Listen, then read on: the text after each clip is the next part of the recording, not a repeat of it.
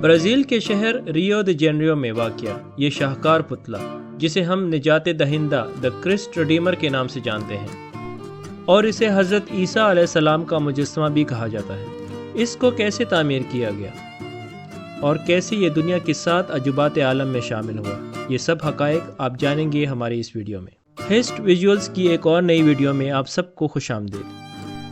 ناظرین، دنیا میں کچھ ایسے نشان پائے جاتے ہیں جو وقت کے ساتھ پورے نہیں ہوتے۔ وہ پہاڑوں کی چوٹیوں پر، سمندر کے کناروں یا شہروں کے دل میں، اور کبھی کبھی وہ بخارات کی شکل میں آسمان پر کھڑے ہو جاتے ہیں۔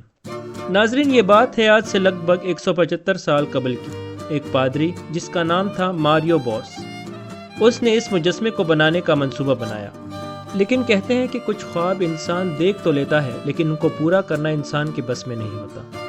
ماریو کے ساتھ کچھ ایسا ہی ہوا۔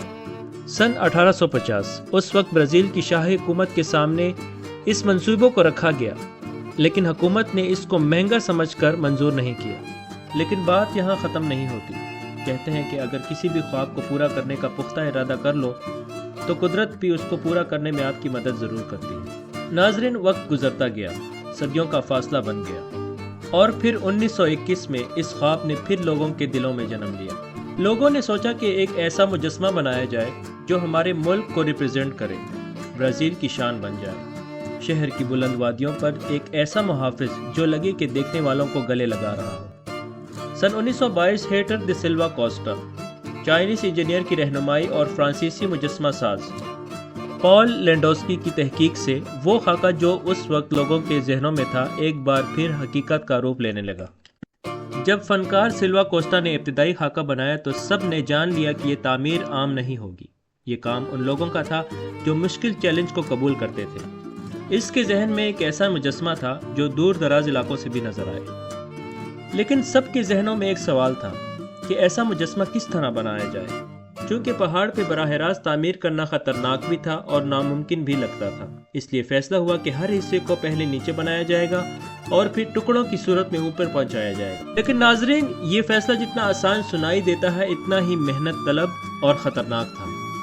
اس قدر بڑے مجسمے کے لیے مضبوط ترین مواد درکار تھا، اور آخر کار فیصلہ ہوا کہ اس کا ڈھانچہ مضبوط کنکریٹ اور اسٹیل سے تیار کیا جائے گا، لیکن بیرونی سطح کے لیے ایک ایسی تہ چاہیے تھی جو بارش، نمی اور تیز ہوا کو برداشت کر سکے۔ یہاں ایک حیران کن انتخاب سامنے آیا، صابن کے پتھر کی باریک ٹائلیں، جو نہ صرف ہموار تھیں بلکہ موسم کی سختیوں سے بچنے کے لیے بہترین ثابت ہو سکتی تھیں۔ یہی وجہ ہے کہ آج تک تقریباً 1 صدی گزرنے کے باوجود مجسمہ اپنی اصلی حالت میں جگمگا رہا ہے۔ کورکواڈو پہاڑ پر مستقل آمد و رفت ممکن بنانے کے لیے وہاں ایک چھوٹی سی ریلوے لائن تعمیر کی گئی۔ اسی راستے سے بڑے بڑے حصے، مزدور، آلات اور سامان اوپر پہنچایا جاتا تھا۔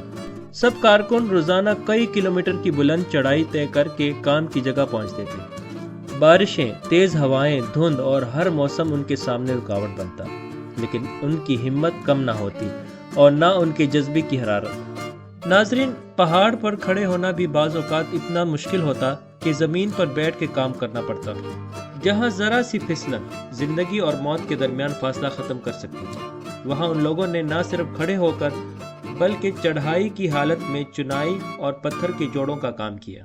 مجسمے کی تعمیر میں نہ صرف انجینئر شامل تھے بلکہ مجسمہ ساز، سنگ تراش، دھات کے ماہر، تعمیراتی کارکن اور عام مزدور بھی اس عظیم منصوبے کا حصہ بنے۔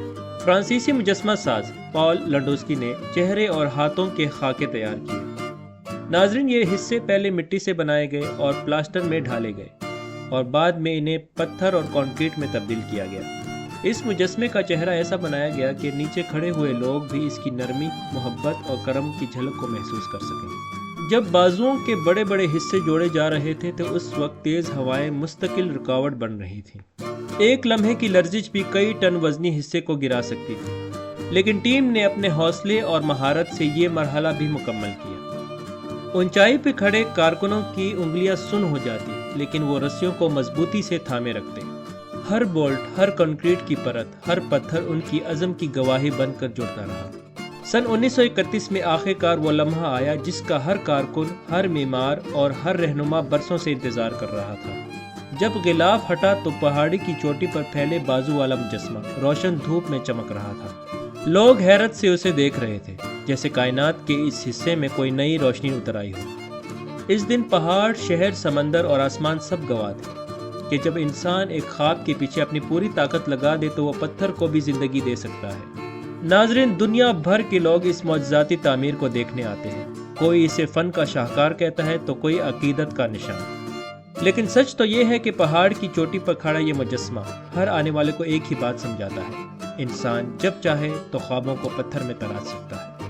ناظرین، اگر یہ سفر آپ کو پسند آیا تو اپنے دوستوں کے ساتھ شیئر کریں، اور مزید ایسی دلچسپ کہانیوں کے لیے ہمارے چینل کو سبسکرائب کرنا نہ بھولیں۔ آپ کی محبت ہمیں آگے بڑھنے کی ہمت دیتی ہے۔